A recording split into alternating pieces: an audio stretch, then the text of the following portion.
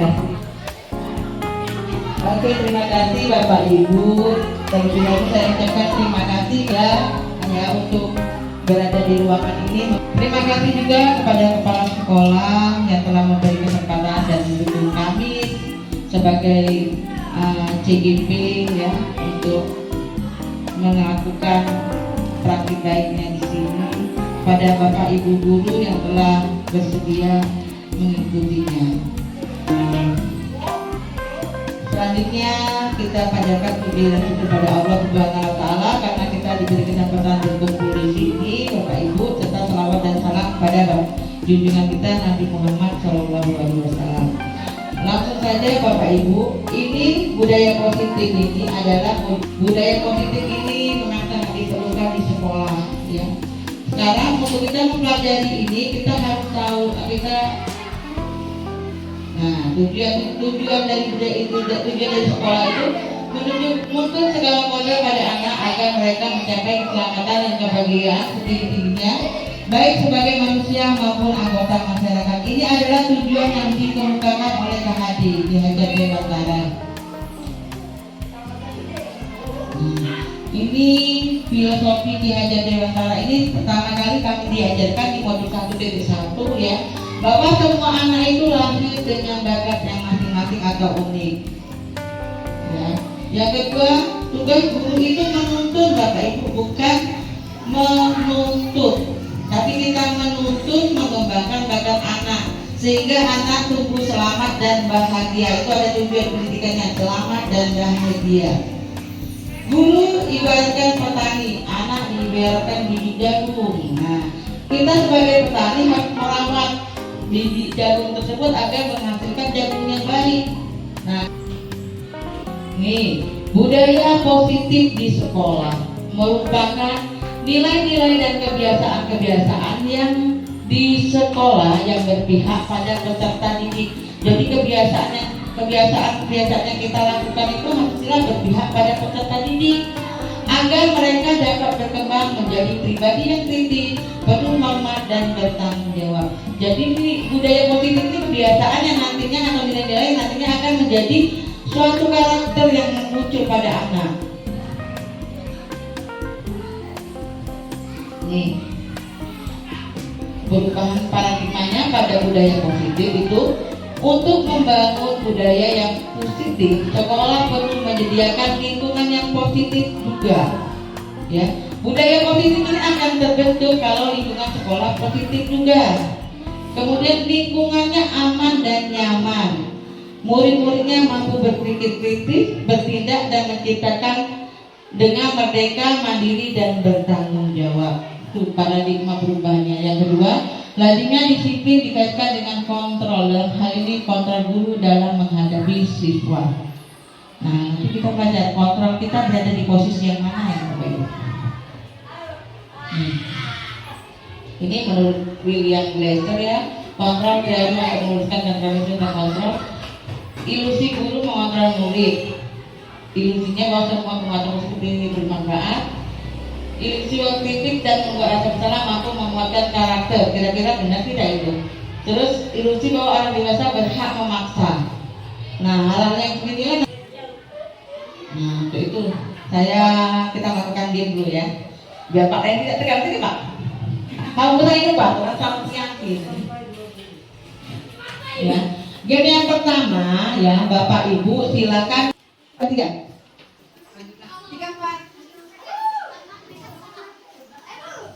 Mana? 98 90 11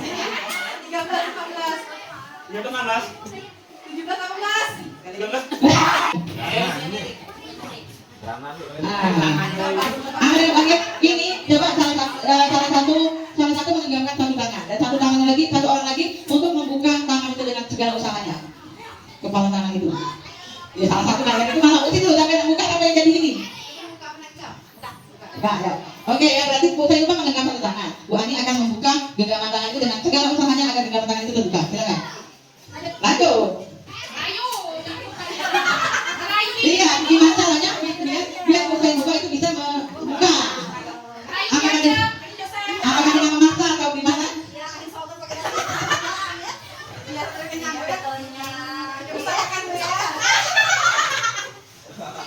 Iya, bagaimana udah?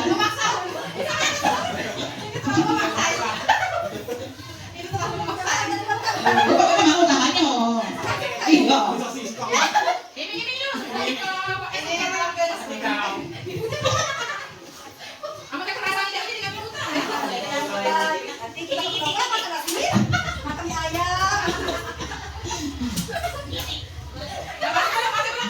Ya, belum ternyata.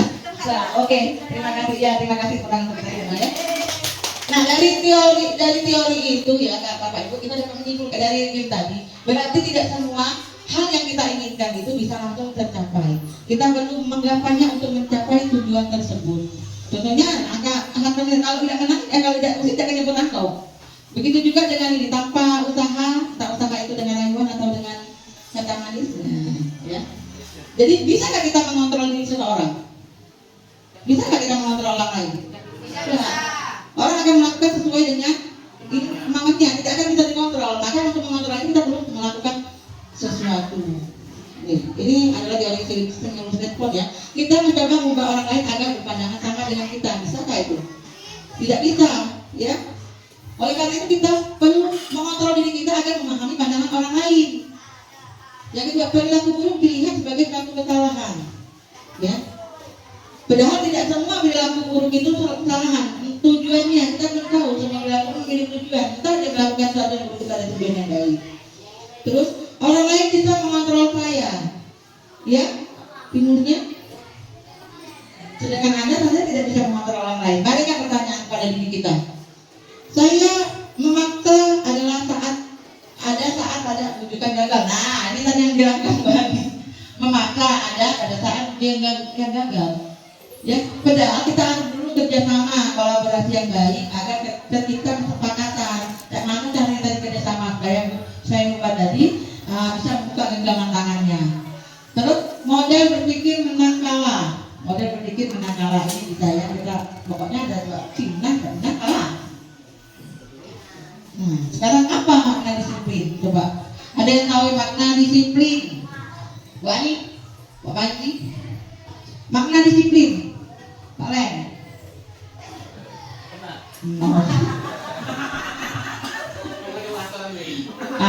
Ya makna disiplinnya. Kata disiplin bisa dikaitkan dengan tata tertib atau peraturan atau kepatuhan. Kata disiplin juga sering dihubungkan dengan hukuman, ya.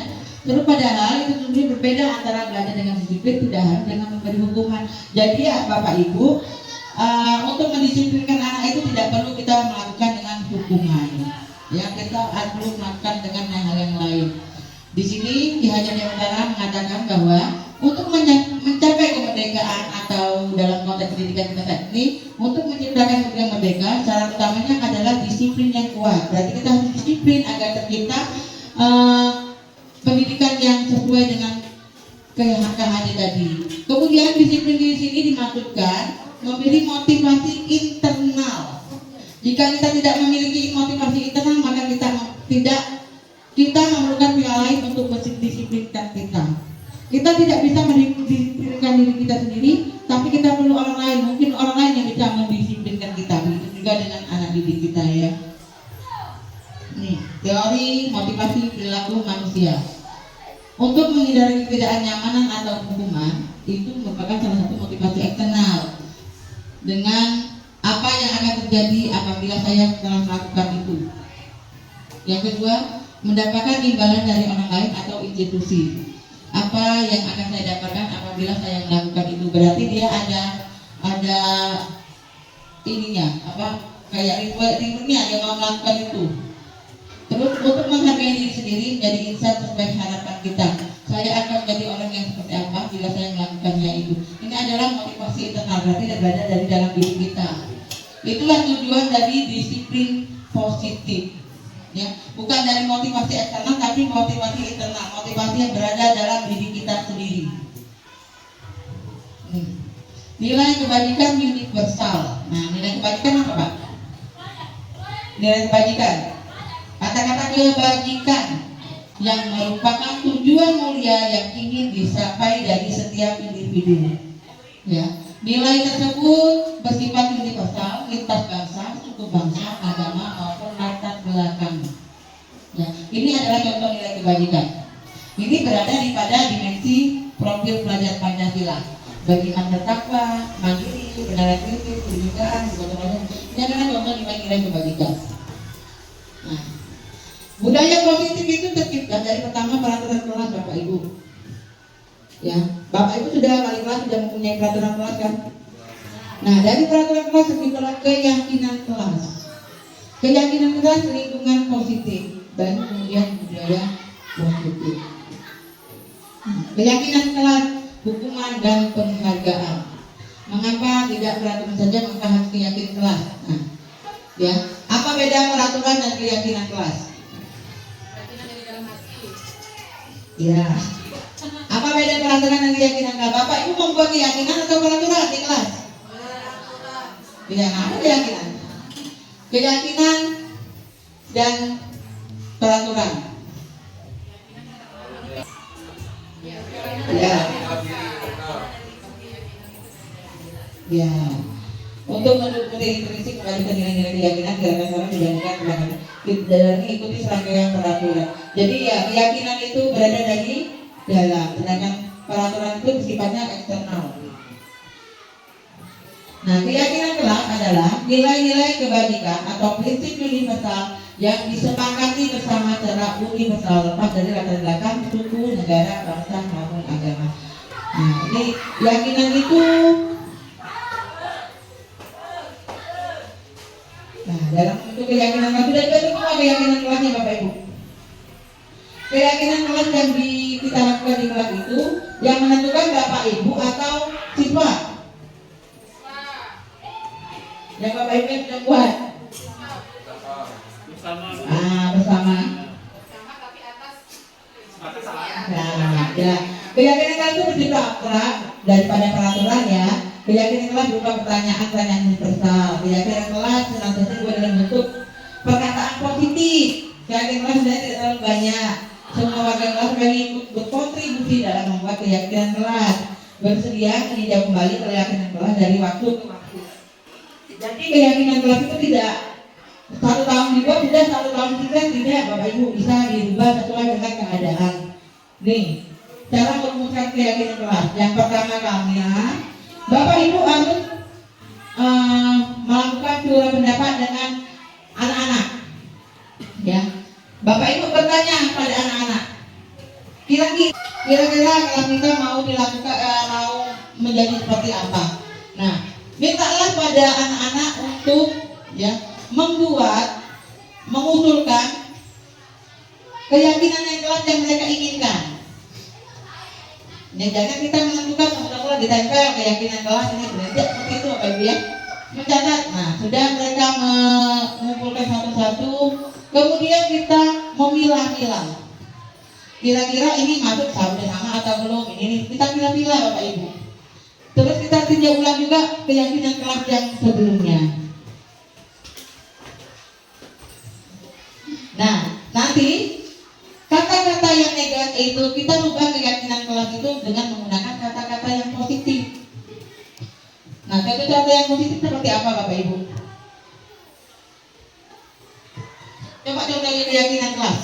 Keyakinan kelas Bu Arma apa?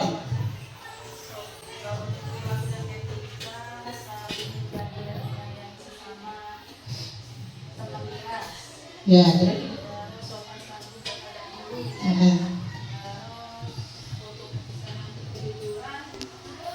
Siswa berani mengakui kesalahan dan mengungkapkan kejadian dengan jujur. Kalau untuk perhatian menggunakan pakaian atau yang lengkap, terus tidak menggunakan baju selama pembelajaran. iya, Bu Ani. Yang Bu Ani, lagu belum? Belum. Yang mengaji apa Pak? Keyakinan kelasnya.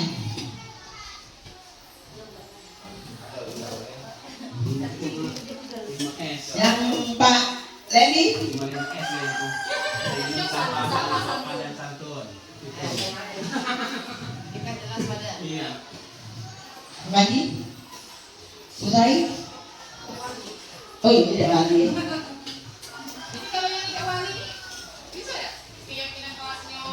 bisa bermata pelajaran, kesepakatan, ini kesepakatan pelajaran, ya. Halo.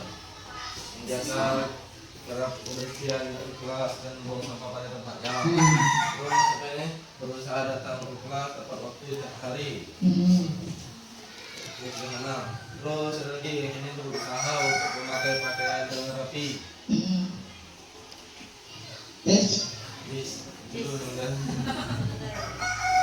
ya, membuat keyakinan itu harus mengubah kata-kata yang menjadi membuat kata-kata positif. Jadi seperti ini Pak Ibu tanya, dibuat itu jangan membuang sampah sembarangan, ya. Tapi jangan menggunakan kata itu di keyakinan. Berubahlah, buanglah sampah pada tempatnya.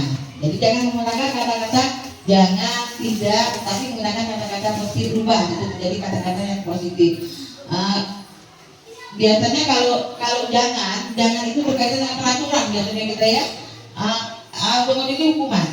Tapi kalau keyakinan itu berkaitan dengan untuk merubah perilaku mereka agar bisa melakukan yang lebih baik. Contohnya ini, kalau disiplin, datang tepat waktu ke sekolah, jangan terlambat, rubahlah datang. Tidak boleh, jadi datang tepat waktunya ke sekolah. Terus misalnya tidak mengerjakan PR, maka ini rubahlah menjadi mengerjakan tugas tepat waktu. Terus mengucapkan salam ketika masuk dalam kelas, berdoa sebelum dan sesudah kegiatan pembelajaran. Terus mengikuti kegiatan kebersihan dan membuang sampah pada tempatnya. Jadi kita sudah ada menghormati guru dan siswa, berteman dengan semua baru. Jadi kita gunakan adalah kata-kata positif. Setelah kita sudah kita tentukan kata-kata positif tadi, kemudian kita sepakati dengan kelas, kira-kira mana yang kira-kira sama kita jadi kesiko. Tidak usah banyak-banyak kalau keyakinan kelas. Kira-kira berapa baik, yang penting sudah mencakup apa yang hendak kita tuju di kelas tersebut. Setelah itu baru kita setujui, kita buang, kita tanda tangan, kita tempel di kelas agar anak-anak tahu itu untuk keyakinan kelas. Keyakinan kelas Bapak Ibu perlu dibuat, ya Bu Ani, Pak Lem. Tidak senyum sama salam Pak Lem. Senyum itu mas apa? Sapa. Berarti kalau sapa berarti salam menghormati orang yang lebih tua. Tidak kan tidak senyum sama salam dan senyum Pak Cukup. Nah, jelas. Nah, di peraturan. Misalnya, selalu kembalikan buku ke tempatnya. Untuk nilai kebajikannya itu berarti tanggung jawab. Dilarang mengganggu orang lain. Jadi menghormati orang lain dan diri sendiri. Hadir di sekolah 5 menit sebelum mempelajari. Ini masuk dalam kebajikan, nilai kebajikannya itu komitmen dan tanggung jawab ya. Dilarang melakukan kekerasan, keselamatan, menghormati orang lain. Dilarang menggunakan narkoba, itu nilai kebajikannya kesehatan. Berganti dan menunggu giliran, menghormati orang lain dan kesabaran, menggunakan masker itu kesehatan, jangan berlari di kelas atau dunia untuk keselamatan dan keamanan. Nah, yang jadi antara ini pokoknya merdeka lah. Merdeka artinya tidak hanya terlepas dari perintah, akan tetapi juga campak buat memerintah diri sendiri. Ini menurut Ki Hajar Dewantara, kita sudah ikut ini amanah itu. Dihukum oleh penghargaan. Nih, pengaruh jangka pendek dan jangka panjang, penghargaan hukum, penghargaan mengurangi ketepatan, penghargaan tidak efektif, penghargaan merusak hubungan. Apa kita menganggap penghargaan itu merupakan satu baik, ternyata penghargaan itu bukan hal yang baik sebenarnya untuk diri anak.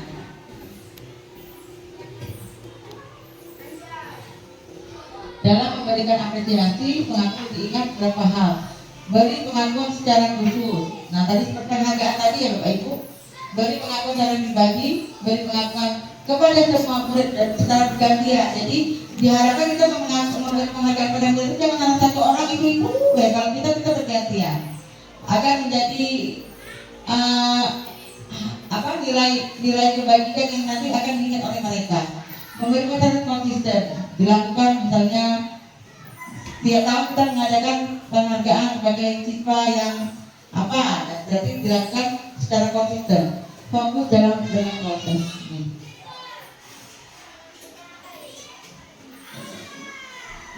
Ini Bapak Ibu, ada beberapa ini. Kira-kira menurut Bapak Ibu ini termasuk hukuman atau konsekuensi? Mencatat 100 kali di dalam buku kalimat, saya tidak akan terlambat lagi karena terlambat ke sekolah.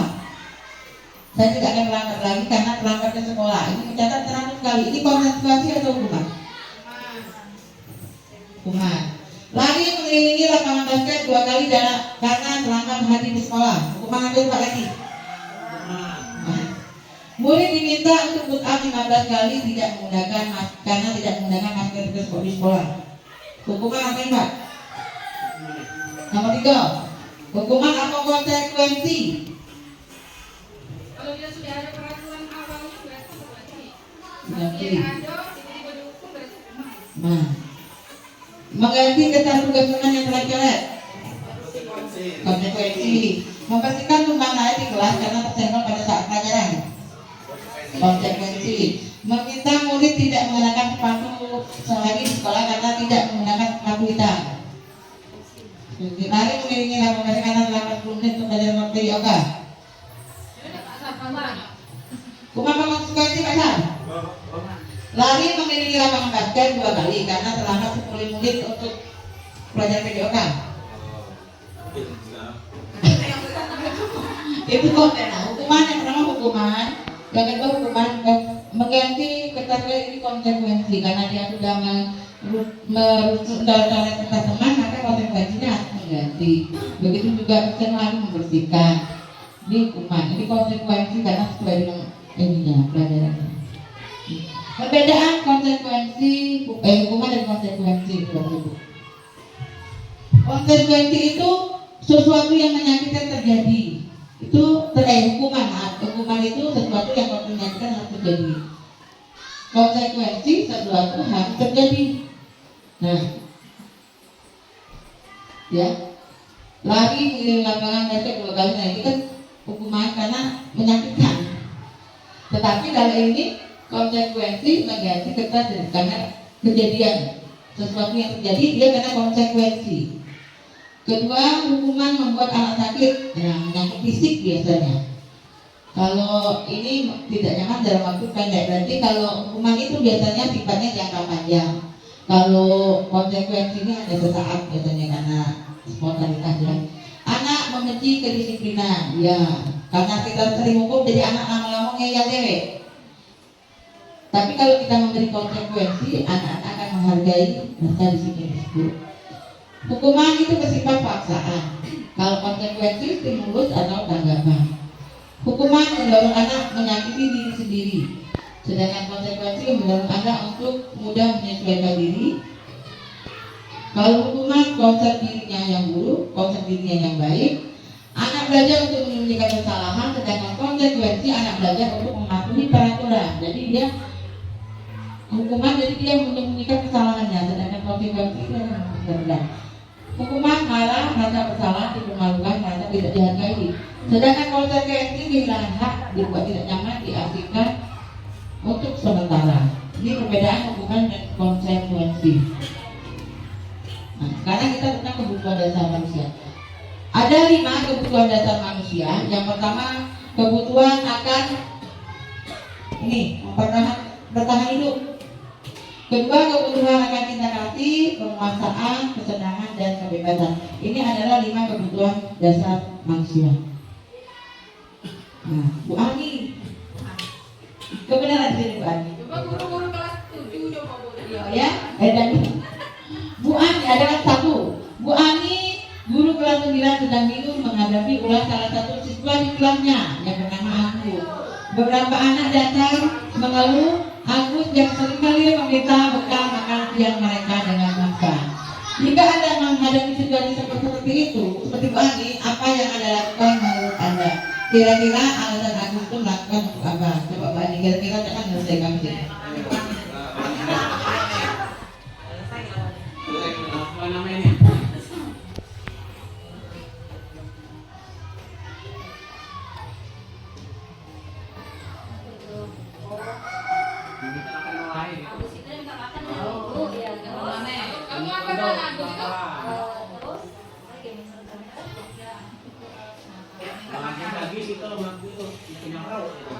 Butuh ini, butuh petani dong berarti.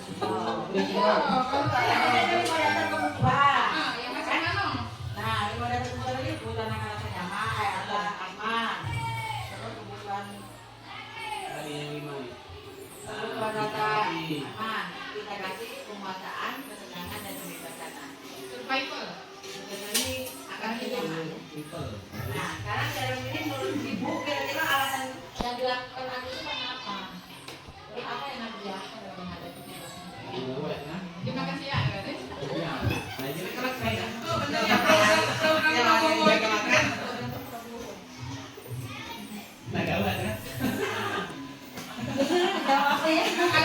Bagus ini. Apa melakukan itu karena untuk memenuhi kebutuhan petani. Yuk. Bukan Bu, yang dipertanyakan itu Cek Agus itu kan meminta makanan kepada Ibu Ani ya? Tuh, iya. Sering meminta makanan kepada ya, teman-temannya.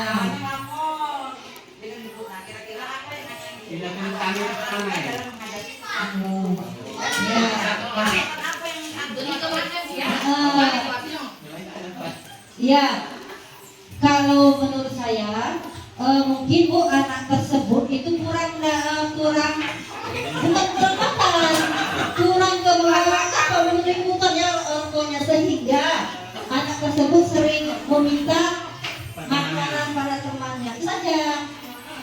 Ya karena kurang kebutuhan mungkin apa dari di rumah kakek beras, kakek sayur. Ya, di balik itu mungkin orang tuanya kurang mampu. Oke. Ya, setelah wali kelas setidaknya nanti kalau ada uang sedikit saya sisihkan. Oke, terima kasih. Iya, atau 1.000 sekali. Oke, terima kasih ya. Kata Bu Ani tadi dalam menghadapi itu berarti Bu Ani akan memberi makan. Ya, dalam konteks menghadapi itu Ani akan mencari tahu dulu ya. Ibu akan mencari tahu alasan kenapa Antum itu minta makanan dengan kawannya. Ya benar. Apakah karena ada audit? Apakah karena ada kelas di rumah, kesiangan ya. Jadi dan aku sendiri itu dia melakukan kebutuhan apa yang dia dari Limo tadi? Dari Limo itu lah. Aku tadi masuk kebutuhan yang mana? Kira-kira. Ini kita kasih penguasaan saya. Aku tadi termasuk kebutuhan mana? Mempertahankan diri ya, berarti dia berarti rival ya. Nah, dia untuk bertahan hidup karena apa? Tidak mau bekal lagi dia minta namanya. Ya. Selain itu juga mungkin aku juga mencari perhatian mungkin yo. Jadi ada perhatian, kasih sayang. Jadi sebagai wali ini benar kata Pak tadi tidak membawa bekal, mungkin karena itu. Ya. Jadi yang jelas yang dilakukan Bu Ani tidak langsung memarahi anak, tapi menanyai dulu kira-kira apa alasannya. Apakah itu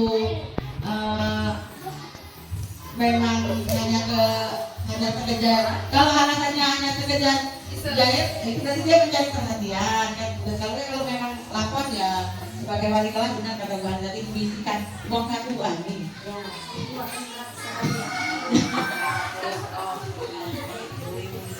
Nah, Bapak Ibu, ini posisi kontrol ya. Nah, ini posisi kontrol.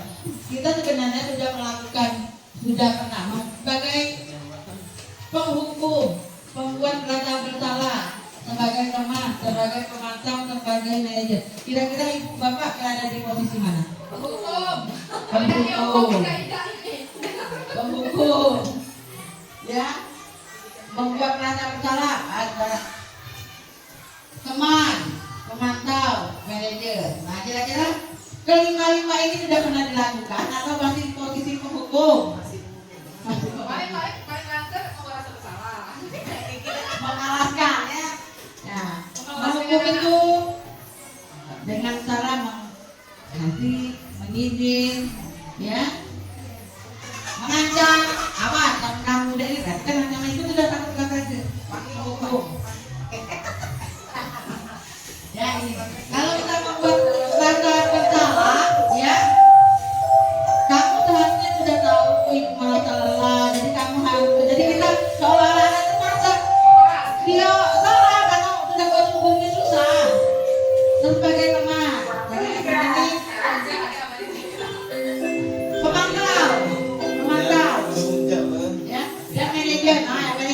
susah gitu.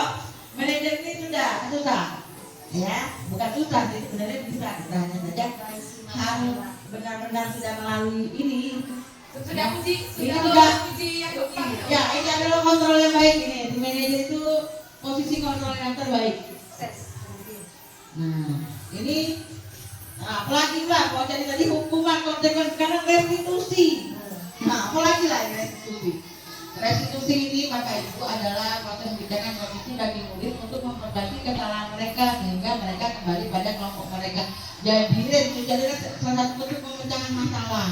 Tapi pemecahan masalah ini bukan kita yang mengasih solusi, tapi mereka sendiri yang akan memperbaiki diri mereka karena menyadari kesalahan mereka.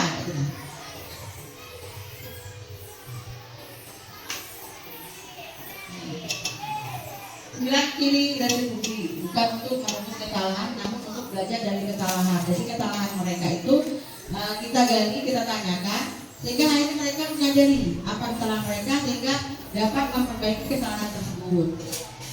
Kita melakukan tawaran bukan paksaan. Retribusi menuntut untuk melihat ke dalam diri, jadi harus mengoreksi diri kita sendiri. Retribusi dari keberatan yang berdasar tindakan. Retribusi adalah cara yang terbaik untuk memperbaiki diri. Fokus pada karakter bukan tindakan, fokus pada solusi, mengembalikan siswa yang berbuat salah pada kelompoknya. Ya, ini pikiran ini ketiga retribusi banyak. Pertama, menstabilkan identitas, kemudian kualitas tindakan yang salah, menanyakan keyakinan. Nah, ini sering kita lakukan sebenarnya Bapak Ibu, hanya saja Bapak Ibu tidak menyadari segitiga retribusi ini. Menstabilkan identitas, misal ada anak yang salah, yang jahil, yang ragu kemarin, kita tidak langsung menuduh, tapi kita tanyakan dulu, ya, tanyakan dulu, itu. Dan kita menstabilkan identitas jangan langsung menuduh, jangan, tetapi kita tanyakan dulu dan kita kasih penguatan. Ya, kamu bukan satu-satunya orang yang melakukan kesalahan. Semua orang bisa melakukan kesalahan, contohnya menstabilkan identitas. Yang kedua, tindakan yang validasi tindakan yang salah. Nah, ini setelah kita menanyakan, setelah kita melakukan tadi menanyakan apa penyebabnya ini, kemudian kita, ya, untuk membuat anak merasa gagal, seperti selanjutnya. Dengan kata-kata berbuat salah itu adalah hal yang manusiawi. Tidak ada manusia yang sempurna. Jadi kita jangan menyalahkan langsung, tapi kita tarik kata-kata yang manis, manis yang untuk anak itu bisa mengakui kesalahannya, ya.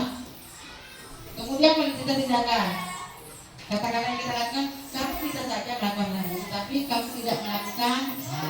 Karena kata-kata yang ini untuk mencari alasannya kenapa mereka melakukan itu. Nah, yang terakhir menanyakan keyakinan, kira-kira yang mereka lakukan itu kira-kira yang mereka lakukan itu merupakan kesalahan enggak? Dan ada salah dari keyakinan kita, melanggar keyakinan kita ada yang mereka lakukan. Jika melanggar, kira-kira yang apa kita nyatanya? Ya kira-kira kita tawarkan seperti apa? Nilai kebajikan itu. Jadi kalau kamu melanggar, kamu harus seperti apa? Kan?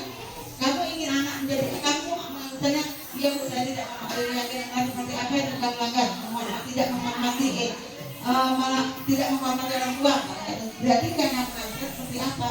Kita tanyakan seperti itu. Nah, terima kasih. Banyak sekali Bapak Ibu, sebenarnya ini sudah biasa kita lakukan, hanya saja kita tidak tahu. Kita belum tahu. Saya aja tahunya pas sudah mengikuti program PGP, apalagi restitusi BK itu biasa sebenarnya, cuman karena kita menyelesaikan kebanyakan tadi satu kontrol kita untuk sebagai penghukum, ya. Jadi kita tahu mau kemana, mesti kamar mandi, mesti naboy tadi. Nah, kita tahunya seperti itu. Oke Bapak Ibu, untuk referensinya, ya nanti ada saya kembalikan bayar ini hal apa yang mengubah paradigma saya setelah ini, kira-kira apa yang bisa mengubah paradigma Ibu. Terus dan ini nanti akan saya bagikan ya di presentasi nanti. Terima kasih Bapak Ibu, kira-kira ada yang ingin ditanyakan boleh? Ada manfaatnya. Dari awal saya mohon maaf ampun. Wabillahi taufiq wal hidayah. Wassalamualaikum. warahmatullahi wabarakatuh. Waalaikumsalam.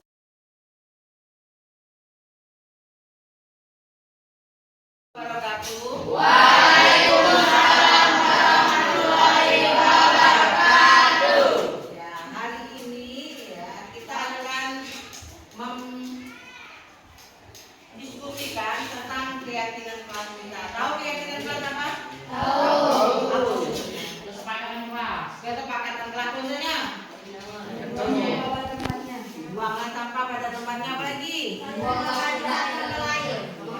Keyakinan kelas itu hampir sama dengan peraturan kelas. Hanya saja kalau keyakinan kelas kita harus kita sepakati bersama dan harus menjadi suatu kebiasaan yang nantinya akan menumbuhkan nilai-nilai kebajikan untuk kita. Jadi tidak kalau keyakinan itu tidak ada beban, ya, tapi kita akan menimbulkan nilai positif pada diri kita. Paham sampai sini? Paham. Sampai tidak paham? Apakah kita punya keyakinan kelas yang lama? Punya. Apa? Keyakinan kelas yang lama? Tadi ya, buanglah sampah. Ada tempatnya. Apa lagi? Saling menghargai satu sama lain. Apa lagi? Saling menghormati sama menghargai semua. Nah, ya itu adalah keyakinan kelas kita lama. Apakah perlu diperbaiki? Perlu, ya. Itu perlu diperbaiki. Keyakinan kelas itu bisa kita perbaiki sesuai dengan kondisi kita saat ini, ya. Oke. Sebelumnya, ya. Keyakinan kelas itu kan suatu yang ingin kalian suatu cita-cita yang ingin kalian wujudkan di kelas kalian kan, agar kelas kalian menjadi kelas yang baik, perilaku kalian baik, kebajikan kalian baik. Oleh karena itu, silakan kalian tulis masing-masing, ya, masing-masing di pokok. Warna baik. Masing-masing satu orang satu keyakinan kelas menurut kalian seperti apa? Yang kalian inginkan, ya, berdasarkan keinginan kalian sendiri. Keyakinan kelas kalian menurut keinginan kalian sendiri apa? Satu orang satu baik.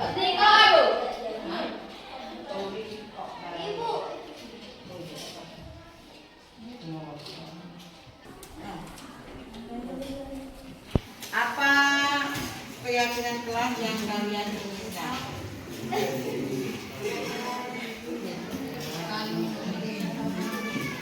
Udah dapat semua?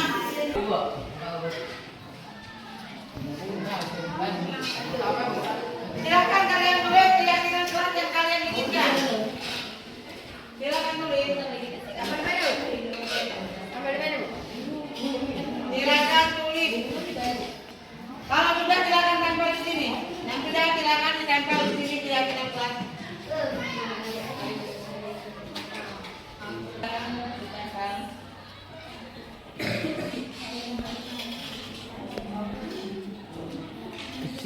Silakan ditempel, nanti kita yang sama kita satukan. Silakan ditempel masing-masing.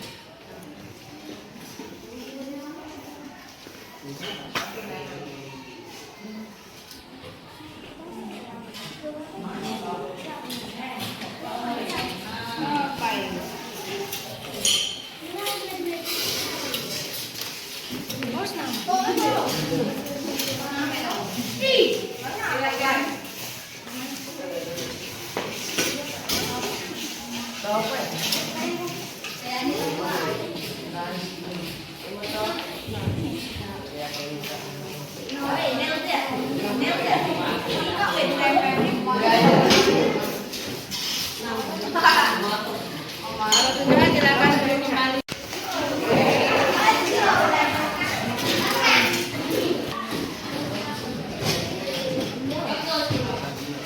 Oke, kita semua.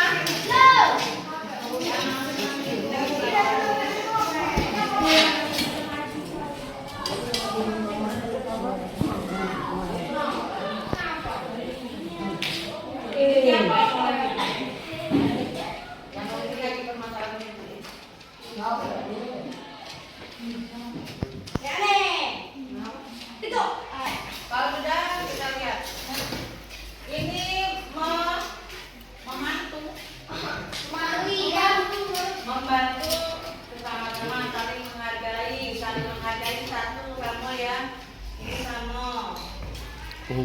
sama. Buanglah sampah pada tempatnya. Ini sama. Bekerja menerima, menghargai satu sama lain sama. Saling menghormati. Menghargai sama, menghormati. Sama. Saling menghormati, peduli. Saling peduli. Menghormati. Bekerja untuk peduli, saling menghargai, menghormati.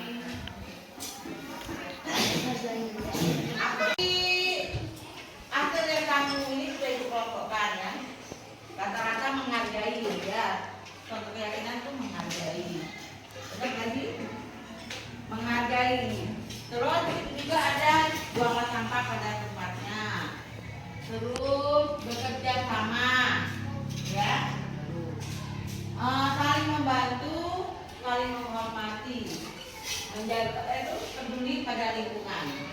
Nah itu adalah keyakinan kelas yang sudah ibu kelompokkan, ya. Jadi keyakinan kelas itu harus menggunakan kata-kata positif. Tidak yang boleh, jangan membuang sampah sembarangan, tapi diganti ya. Jadi buanglah sampah pada tempatnya. Nah, itu ada juga yang menulis tidak boleh datang terlambat. Ya, kita ganti menjadi datanglah tepat waktu. Oke, jadi di sini ya keyakinan kelasnya.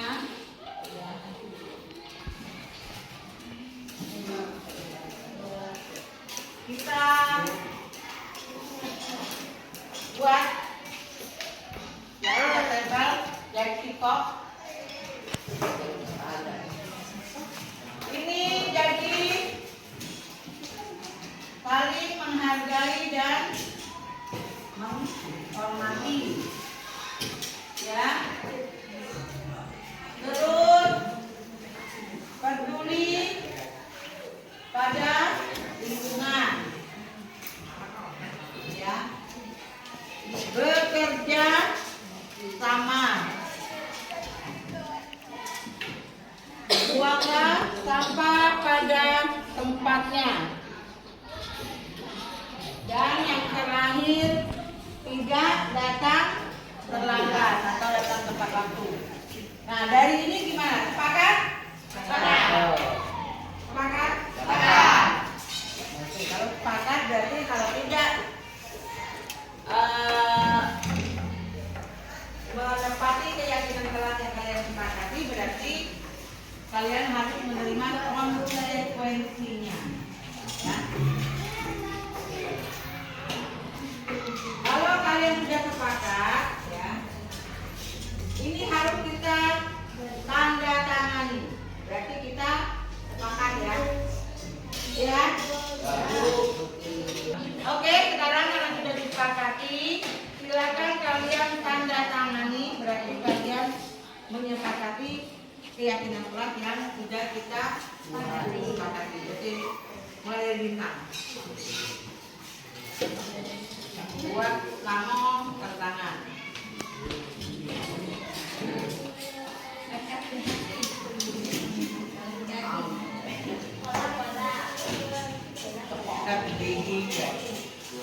Ayo terus.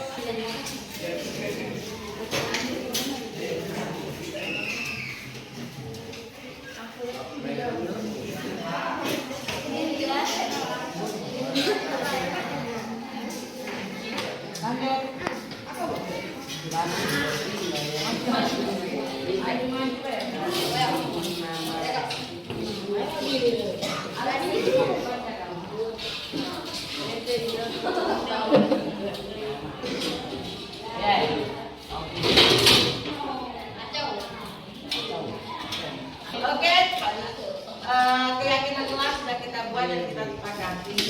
Sampai sini ada yang mau dipertanyakan? Ya. Kalau tidak ada, saya harap sebagai masyarakat kalian harus bisa menyepakati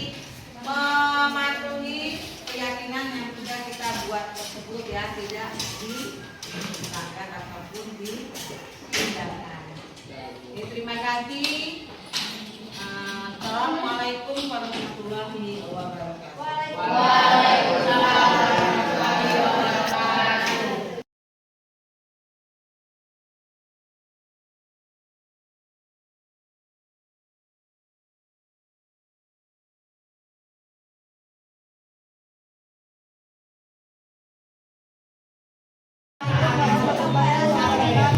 Saya Bintang dari kelas 91. Saya sangat senang sekali. Perkenalkan, nama saya Miranda. Saya dari kelas 91. Senang sekali. Assalamualaikum warahmatullahi wabarakatuh. Nama saya Sarina Novita. Saya dari kelas 91. Seru.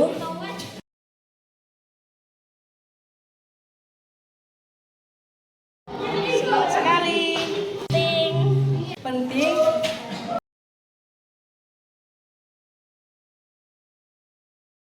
Agar